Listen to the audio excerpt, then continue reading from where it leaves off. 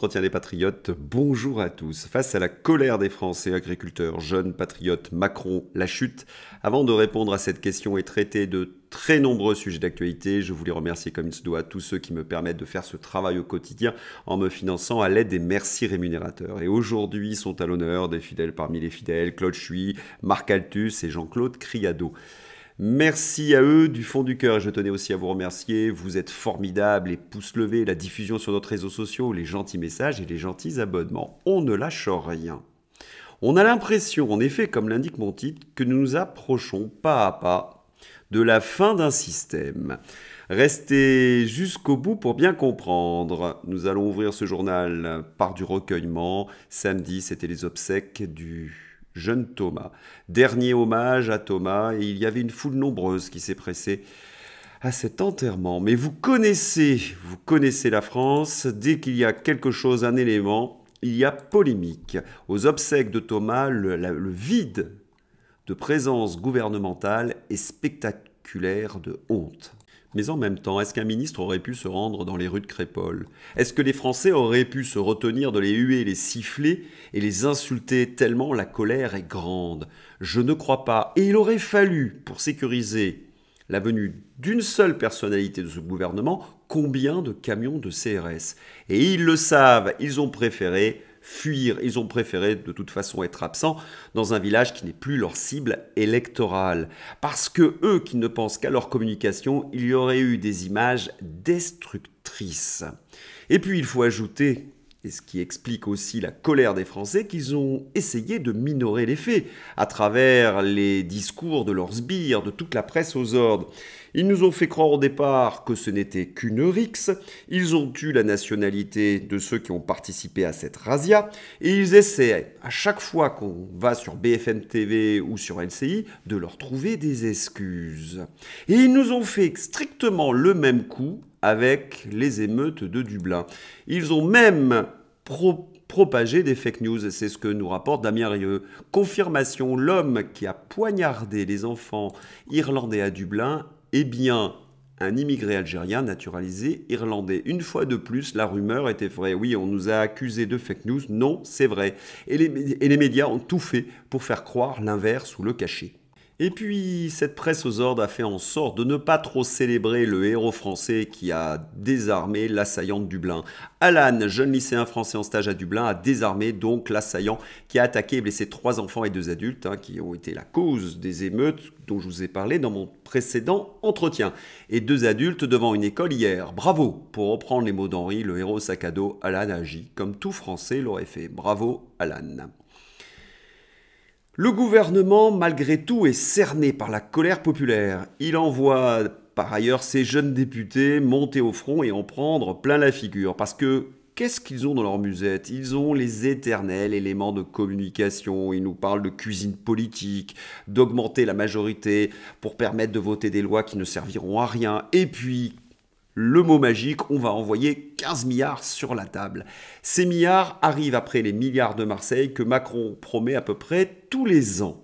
On va écouter la réaction de Pierre Gentillet à cette cuisine politique. De l'action de Gabriel Attal et une lutte impitoyable également contre les mouvements politiques radicaux comme l'islam radical. Absolument insupportable. Quand la conférence de presse du gouvernement sera terminée sur le plateau, est-ce que vous pourrez à un moment nous dire concrètement ce que vous allez faire? Parce que moi, ce discours, je n'en peux plus. Excusez-moi, là, je réagis comme citoyen. Je n'en peux plus. C'est un discours de description des faits.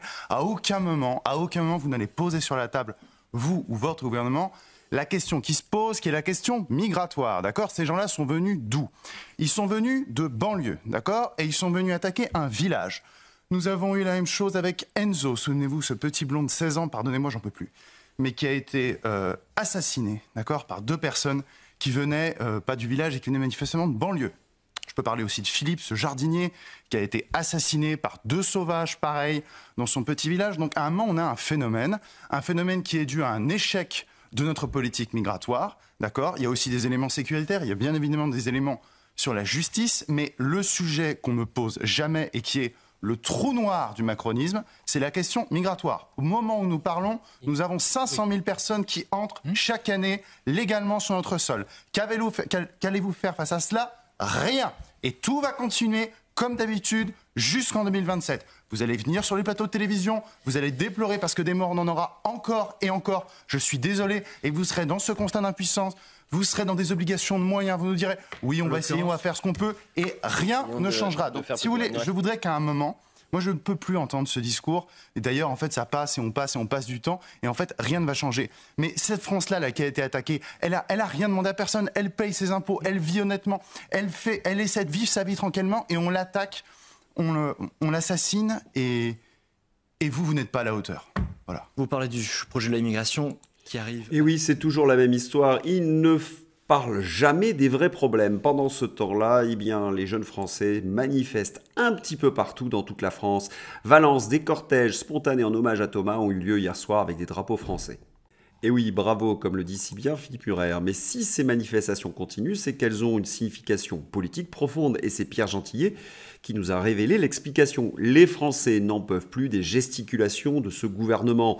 À grands coups de milliards, de petites lois, les véritables responsables, nous les connaissons. Et ils font en sorte de nous brouiller l'écoute, de nous détourner le regard, donc, de ce qu'il faudrait faire. Il faudrait sortir de l'espace Schengen, il faudrait sortir de la CEDH, il faudrait sortir de l'Union européenne et faire en sorte que ces élites européistes ne puissent plus nous imposer ces migrations. Alors le gouvernement commence à comprendre que la colère gronde. Que fait-il? Eh bien, il fait donner ses adversaires, il fait donner son aile gauche par la voix de Sandrine Rousseau. Crépol, quand je vois la meute politique qui se jette sur cette affaire, je demande du respect, Zemmour Éric. Qu'est-ce que vous cherchez? Des émeutes, des ratonnades? Il y a des intentions racistes? Rappel, son alliance politique encourageait les émeutes de juin. Rappel, Sandrine Rousseau était à la marche pour Naël en juin dernier et ne tenait pas le même discours. Non, les Français ne veulent pas de ratonnade, ils veulent juste la justice. Et qui empêche la justice, eh bien, de faire son travail? C'est bien Sandrine Rousseau. Sandrine Rousseau a raison, halte à l'exploitation raciste des morts d'hommes. Par ailleurs, l'un d'entre vous m'a posé une question.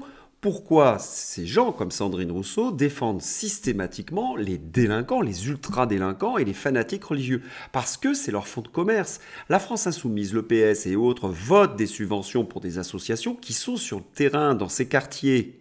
Cela permet à ces partis de donner du travail à leurs militants, bien évidemment, de faire du porte-à-porte, et bien de gagner des voix aux élections. Cela s'appelle du clientélisme. Ils ne vont pas aller contre les gens qui votent pour eux. Mais le problème, c'est que parfois, ils doivent faire face à leur clientèle. Le frère d'Adama Traoré, Bagui, déjà condamné 17 fois, est de nouveau incarcéré pour des faits d'extorsion. Oui, la réalité les rattrape. Quant au gouvernement, discrètement, eh bien là encore, ils vont auprès des associations. Des femmes voilées pour porter les valeurs de la République. Passe d'armes entre David Lisnard et Prisca Thévenot. Le maire de Cannes a cinglé la secrétaire d'État à la jeunesse qui avait posté des photos de femmes voilées engagées dans un quartier sensible de Nîmes, plaidant un récit alternatif pour les banlieues stigmatisées. Est-ce que Prisca Thévenot est en train de draguer les électeurs de la France Insoumise? Je vous laisse seul juge.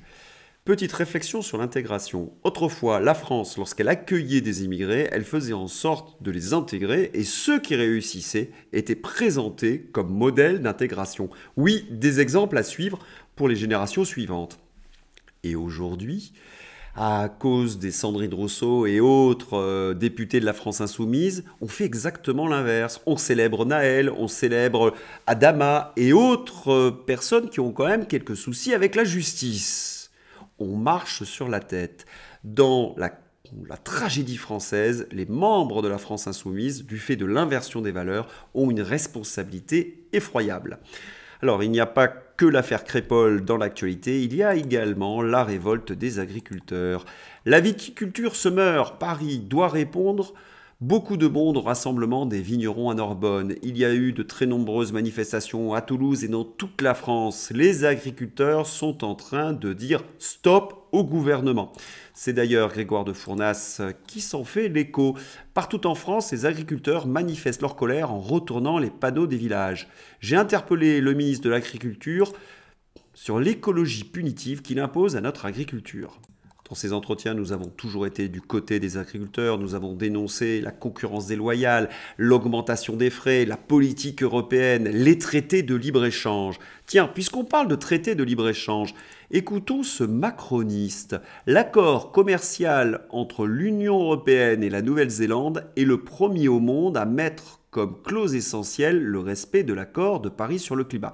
Alors, on n'arrive pas bien à comprendre comment c'est possible et cela fait réagir Charles-Henri Gallois. C'est sûr qu'augmenter les échanges avec la Nouvelle-Zélande située à 20 000 km, c'est un progrès pour le climat. Les macronistes n'ont aucune limite pour nous prendre pour des imbéciles. Mais la question que je me suis posée, est-ce que ce député utilisait quelque chose qui était à l'intérieur du traité ou alors il montait frontalement? Non, non, c'est à l'intérieur du traité. Ils nous font croire que le traité de libre-échange va respecter donc l'accord de Paris sur le climat. Mais c'est littéralement impossible, c'est-à-dire qu'ils nous font croire que c'est vert alors que ça l'est pas. C'est-à-dire que le mensonge n'est pas au niveau national, il est au niveau de Bruxelles. Ils sont prêts à tout, hein, les suiveurs de Pustula. D'ailleurs, c'est ce qui est présenté dans tous les journaux.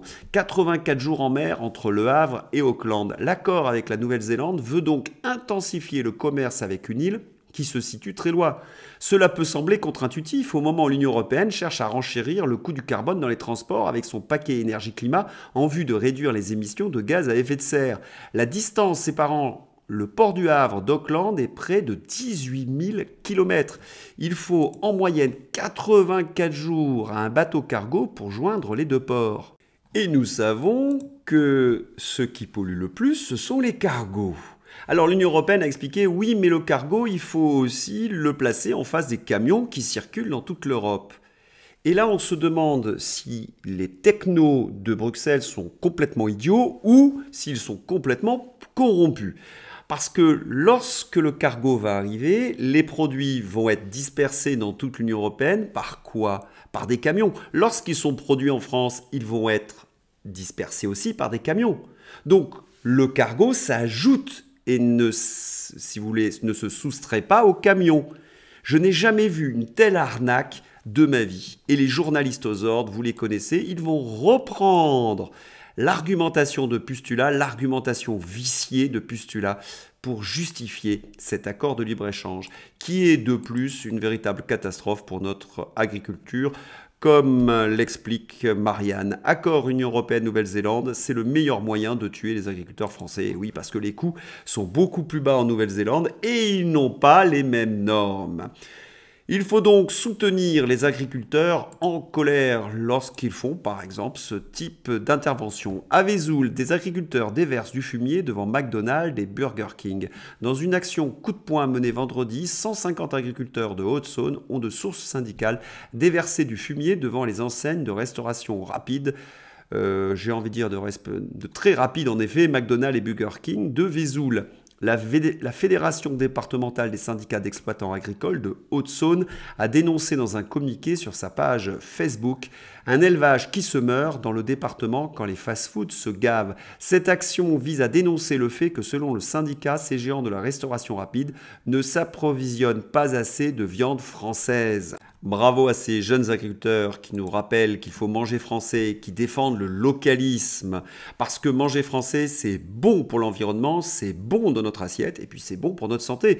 Parce que les normes dans les pays étrangers, je puis vous assurer qu'elles sont catastrophiques pour la santé, justement. Tiens, puisque je parle de santé, on va faire un petit détour sur ce qui s'est passé pendant 3 ans, la pandémie. Nous avons enfin les chiffres qui nous montrent l'efficacité du pchout. Et là, ils sont, comment dirais-je, indiscutables. Sur cette courbe, évolution de la mortalité chez les personnes âgées pour 25 pays, envers ce que normalement on aurait dû observer si les pchouts étaient inefficaces, mais sans danger. En orange, la réalité constatée. C'est clair, non? Oui, c'est clair depuis très longtemps, mais c'est bien de présenter des schémas. Et il se passe des choses au sein de l'Union européenne qui font, à mon avis, frémir tous les dirigeants français. Très forte intervention le 21 novembre, j'en ai déjà parlé, je vous renvoie à ma vidéo de vendredi. À Strasbourg, de l'une des 3 médecins qui a travaillé sur l'étude scientifique sur les lots de vaccins Covid au Danemark. L'Agence européenne du médicament était au courant en août 2021 de l'existence de lots dits bleus hyper dangereux, mais pas de retrait du marché, pas d'information. Or, selon l'étude, 4,3% des lots sont à l'origine de 71% des effets secondaires. On attend toujours des commentaires d'Olivier Véran, d'Elisabeth Borne, d'Emmanuel Macron et de tous les ministres de ce gouvernement qui se sont succédés. Oui, il faudrait qu'ils nous expliquent ce qui est en train de se passer dans l'Union européenne. Sans transition, nappes phréatiques. Vous êtes quelques-uns à m'écrire que les pluies qui tombent ne remplissent pas les nappes phréatiques. C'est le fameux concept de pluie sèche qui s'est développé sur les plateaux de BFM ou dans le Parisien. Le seul ennui, c'est que la réalité finit toujours par rattraper ceux qui croient ce genre de concept. Les nappes phréatiques sont massivement en train de se recharger en France. Beaucoup sont maintenant au niveau très élevé. C'est l'année de la recharge et non l'année de la sécheresse. Ceux qui ont étudié un petit peu la météorologie ou le climat savent qu'après des années sèches, il y a de nombreuses pluies. C'était le cas par exemple en Australie en 2019, sécheresse, 2020, 2023 jusqu'à aujourd'hui. Eh bien, ce sont des années très pluvieuses, ce sont des années de rattrapage. Et nous sommes toujours dans un phénomène El Niño. Alors, que fait notre président de la République, Emmanuel Macron, face à tous ces défis ? Les nappes phréatiques, la sécheresse, la délinquance, notre pays est en train de s'effondrer. Quelles sont les mesures qu'il va prendre ? Ah, là, j'avoue qu'il nous épate, il nous épate. Emmanuel Macron promet de mettre fin aux violences faites aux femmes. Avec ses petits bras, avec ses flyers et ses subventions. Non, il se moque vraiment de nous. Le gouvernement lance plusieurs mesures pour lutter contre ce fléau, comme la création d'une aide financière d'urgence pour les victimes de violences conjugales dès le 1er décembre. Il a besoin de trouver une cause pour apparaître de manière sympathique aux yeux de tous, alors que c'est littéralement pitoyable. Parce qu'il faut lui rappeler ses anciennes promesses. Emmanuel Macron assure que nous allons mettre fin aux violences faites aux femmes. Comme il devait mettre fin au SDF dans les rues d'ici fin 2017. Vous avez compris, Emmanuel Macron fait de la récupération politique. C'était la journée de lutte contre les violences faites aux femmes. Il y avait des manifestations dans le monde entier. Eh bien, Emmanuel Macron ne pouvait pas rater cette occasion. Il est apparu sur les écrans et il s'est mis à raconter n'importe quoi, comme à son habitude.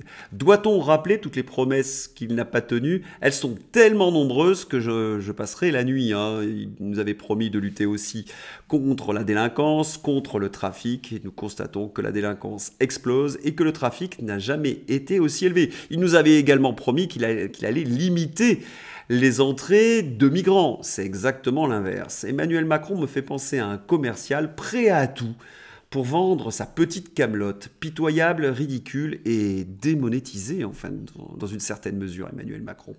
Allez, sans transition, nous allons passer à la page internationale. Nous sommes en grande difficulté. Les munitions de base n'arrivent pas, selon un responsable militaire ukrainien. Les mauvaises nouvelles s'enchaînent les unes après les autres. Pour Kiev, sur les plateaux de LCU, ils sont en train de retourner leur veste. Ils sont en train de constater que le front pourrait s'écrouler. Car dans la ville d'Avdiivka que nous suivons, eh bien, les troupes russes, ça y est, sont entrées. Front centre, Avdiivka, le front sud de la ville s'effondre. Effort en continu des forces russes dans la zone industrielle de Promka. L'avenue Yassinovata est sous contrôle russe. Et puis, ce qui était considéré comme une théorie du complot se révèle à la une des journaux de la presse internationale. C'est rien de nouveau, comme nous le dit l'ami Xavier de Strapol, mais cette fois-ci, c'est un député de Zelensky qui le dit. La responsabilité de Boris Johnson est énorme, la complicité d'Emmanuel Macron, de Scholz et de tous les autres membres de la Commission européenne est totale. La Russie était prête à mettre fin à la guerre. David Arakmia admet que Kiev aurait pu éviter le pire dès 2022. Dans un entretien à la chaîne OnePlus1, le député ukrainien David Arakmia a admis que l'Ukraine aurait pu mettre fin au conflit dès le mois de mars 2022, si elle avait accepté la requête en neutralité de Moscou. D'après le député de la Rada, c'est le Premier ministre britannique Boris Johnson lui-même qui a empêché la conclusion de l'accord. Comme je disais il y a un instant, pour tous ceux qui sont fidèles de Stratpol ou de ces entretiens, vous connaissiez la nouvelle. On a suffisamment travaillé dessus. Mais voilà, elle a de nombreuses autres significations. Elle apparaît en fin novembre. Pour quelle raison, à votre avis? Zelensky essaie-t-il de se défausser de la responsabilité de la boucherie qui a duré pendant 2 ans sur l'Union européenne? Ce n'est pas moi, ce sont les Européens. Est-ce que les Américains demandent à ces députés de dire ce genre de choses pour se défausser à leur tour? Ce n'est pas nous. Nous, on n'a jamais voulu la guerre. Ce sont les Européens. Et quand on regarde les quelques-uns qui sont cités, ce sont Boris Johnson, il a disparu, et ce sont 2 dirigeants européens qui sont en difficulté, qui sont chancelants. Scholz et Emmanuel Macron. Oui, j'ai l'impression qu'Emmanuel Macron, ils vont l'enterrer vivant. Voilà, ce journal se termine. On va terminer par la page humour. Il aura peut-être une reconversion, Emmanuel Macron. Pitre clown. En déplacement dans le Jura, Macron s'est arrêté dans un bar PMU et a gagné au loto de la biodiversité. Alors, quand je lis ce genre de choses, je me pose une question. Est-ce que le nouveau chargé de communication d'Emmanuel Macron est un ancien du Gorafi? Parce que là, je trouve que c'est éclatant. J'espère que vous avez apprécié ce journal. Je vous souhaite un excellent dimanche. À bientôt. Au revoir.